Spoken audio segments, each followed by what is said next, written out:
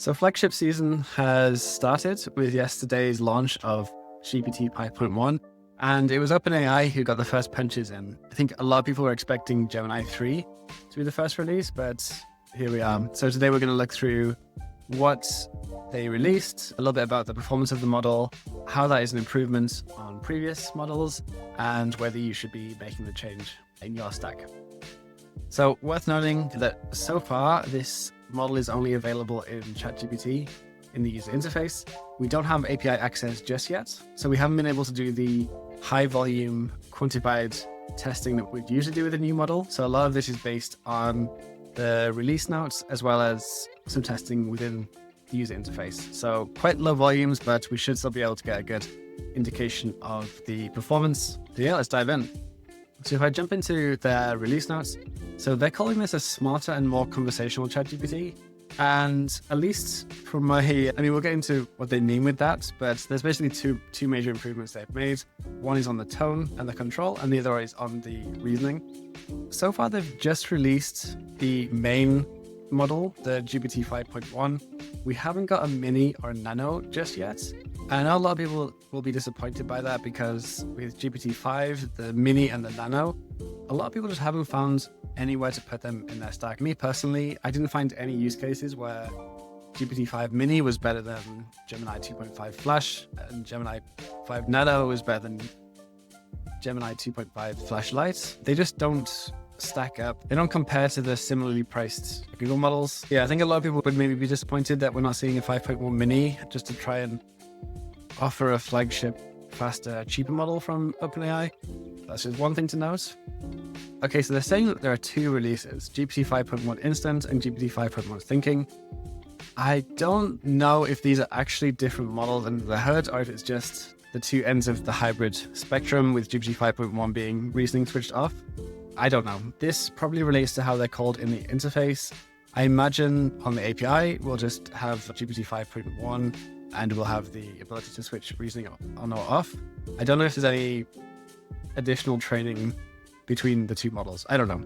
But yeah, that's how they're describing them. So if you're going to 5.1 Instant, the first improvement they've mentioned here is that the model is now warmer by default and more conversational.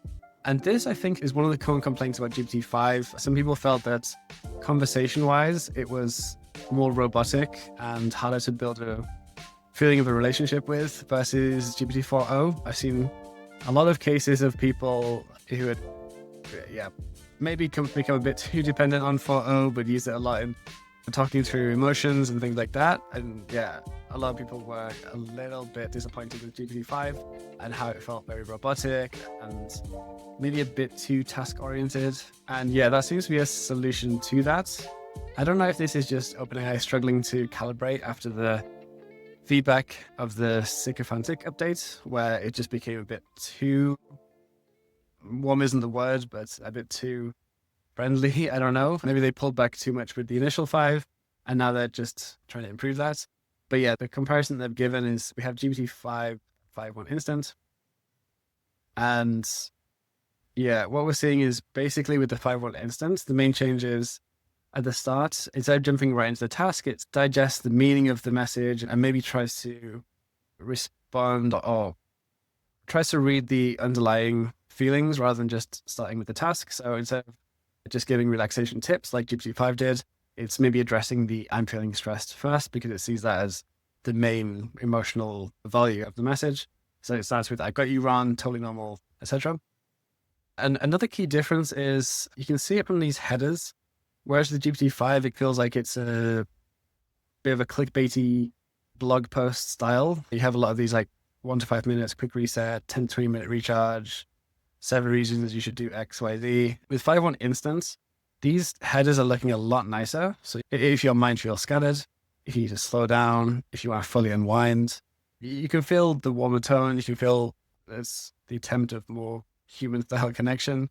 Another one is that it's just at a glance, you can see that the GPT-5 has a lot more, I don't know, it feels like there's more numbers and data, whereas in 5.1 Instance, it's describing things a bit more. As I say, we only have a low volume of cases before we have access to the API, but it just, it feels less numeric, more text-oriented. Another thing I spotted was that it's giving some recommendations for music. It's a very unimportant part of LLMs, but at least with GPT-5, I personally use it to get music recommendations sometimes, and I felt that GPT-5 had a terrible taste in music. 5.1 instance is coming in here with Brian Eno, Krangbin, and Gorillas. So yeah, I'm pretty happy with that at least. But these ones, I want to compare this to, so for all of the cases in this video, I'm going to compare to Gemini 2.5 Flash and Pro, just to put 5.1 instant into perspective in the wider marketplace. So if we go into this question for Gemini 2.5 Pro, you'll see that it feels closer to where 5.1 is now. You see it starts out messages. This is 2.5 Pro on the left and Flash on the right.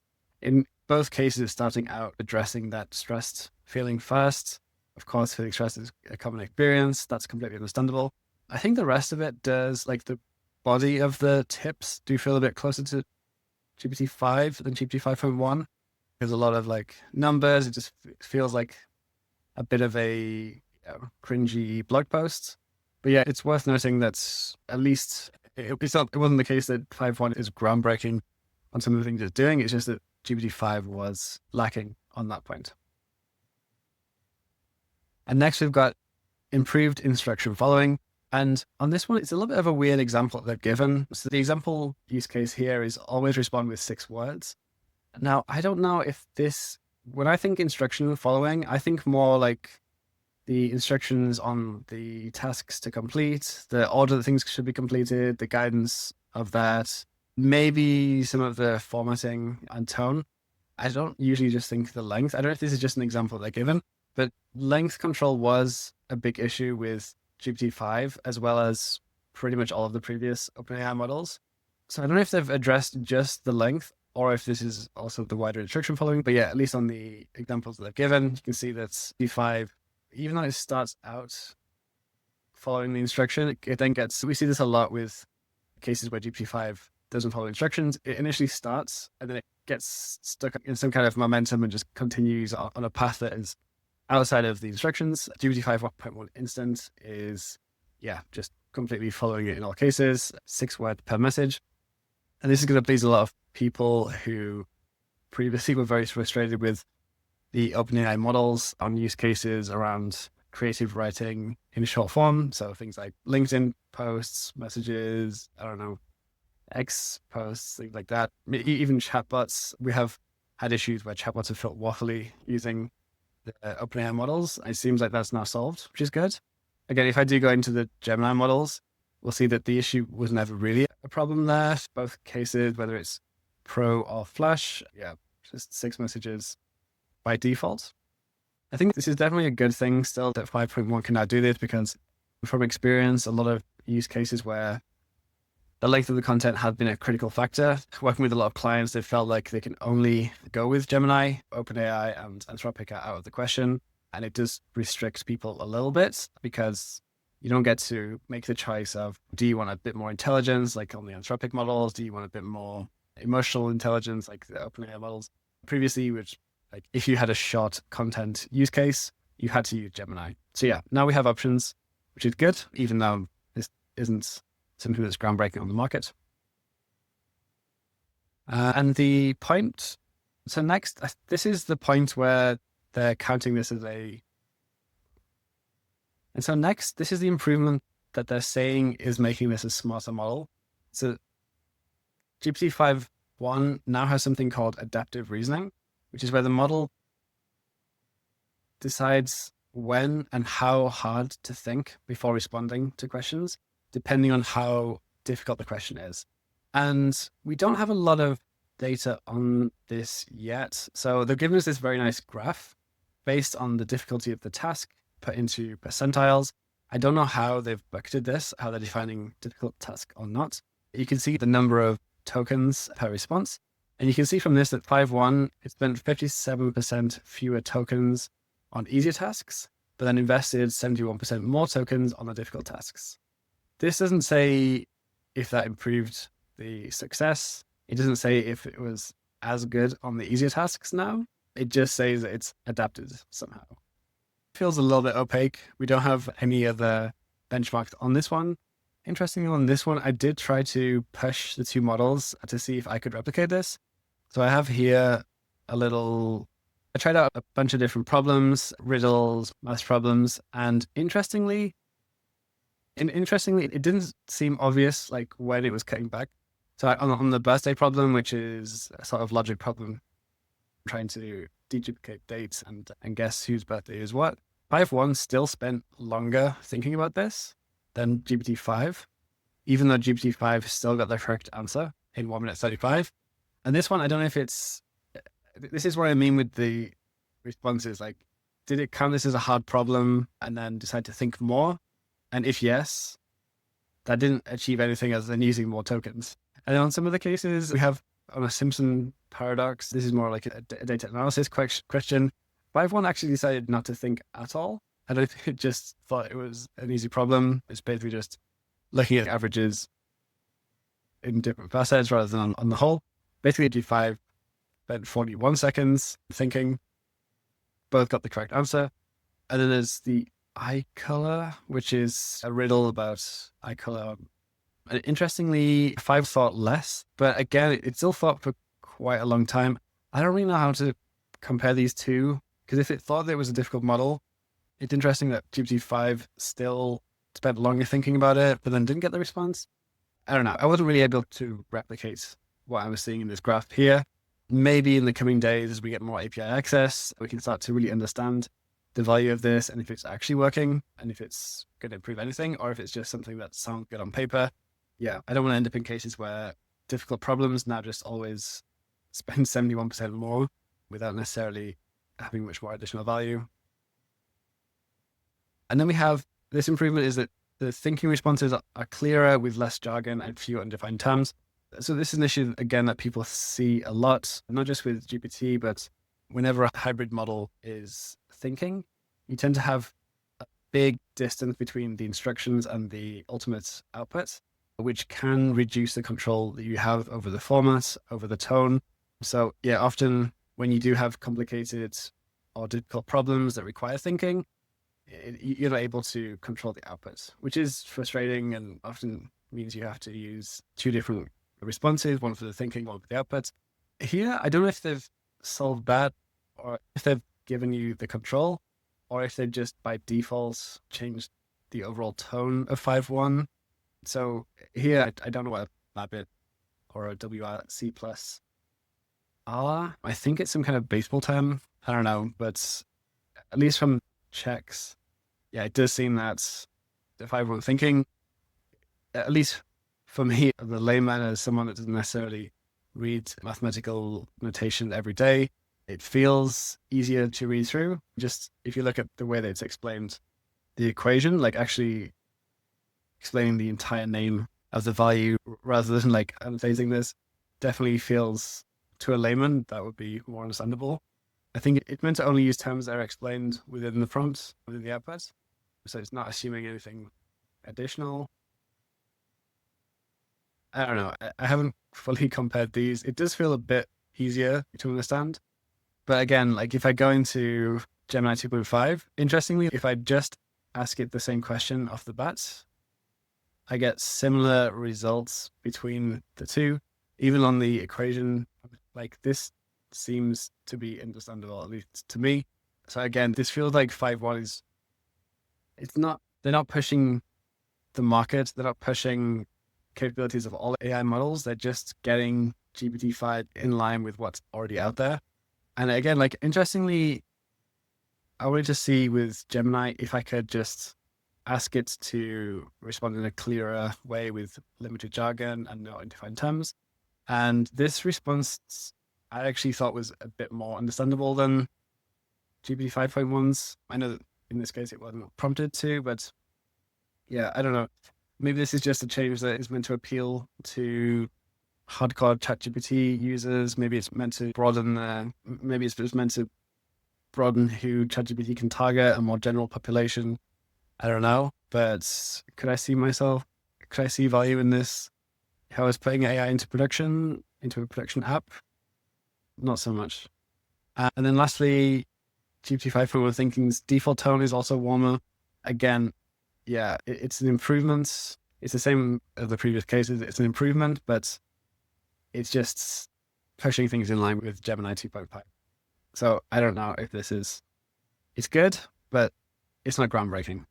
At least up to this point, I feel a little bit not disappointed, but I thought that with Gemini 3 coming out, that OpenAI would be really pushing some things that are stretching the capabilities of LLMs, whereas it just seems like they're getting things in line with Gemini 2.5.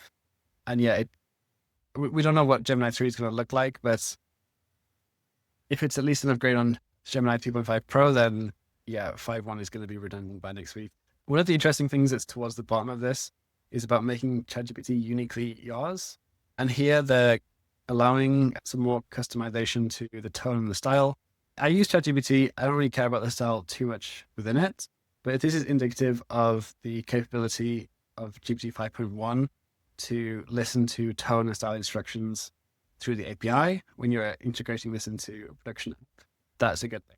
Having tone control is always a good thing. And yeah, if this is indicative of when we get API access, we'll have this level of control, then yeah, I'm all for that. I wouldn't actually use this in the interface, but for blog posts, for creative writing, for sales content, I could see a real use for this. It's a point that other models struggle on. And again, it's a point that right now maybe Gemini 2.5 Flash gets right, but that doesn't have the level of intelligence as most people need. So yeah, I think on the whole, this has been a bit of a meh release. Could I see myself using GPT 5.1? Yes, in cases with creative writing, maybe in cases with chatbots where I need to have a warmer tone, chatbots in the emotional space, AI therapists, AI tutors, things like that. I could see a real value in this. On the creative writing, if we do have that level of control and empathy, this could bump up GPT 5.1 to be the top of the EQ rankings. So a lot of good use cases for that. Other than those, I don't think I could think of a use case where I'd be replacing Gemini 2.5 Pro with GPT 5.1. And yeah, for a model that's just come out yesterday, would you want it to still fall flat of a model that came out at the start of the year? I don't know. Maybe not what they want. One interesting point is that the fact that they are releasing this as GPT 5.1 maybe suggests that they're speeding up the frequency that they're putting things. We had GPT 4.1, but that was more of a coding focused version of GPT 4.0. It didn't feel like an improvement necessarily. It just felt like a different use case. Whereas GPT 5.1 is clearly an improvement over GPT. I think they do mention in this that they are planning to release more things like this. If we do end up with a nice cadence where we're getting GPT 5.1, GPT 5.2, 5.3, and each time they are improving, it does make more of a case for people switching to these models. Right now, my recommendation is, apart from if you're using GPT for something, there's not much of a reason to 5.1.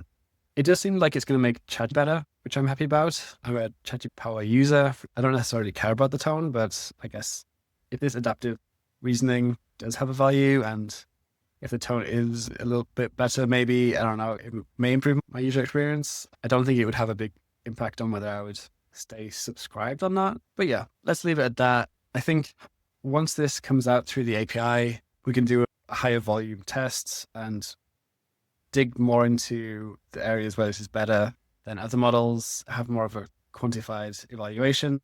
Until then, it's okay. I'm not going to go and tell everyone to switch over to 5.1. So anyway, until the end of the week, which is when the API is supposed to come out, I guess I'll leave you with that.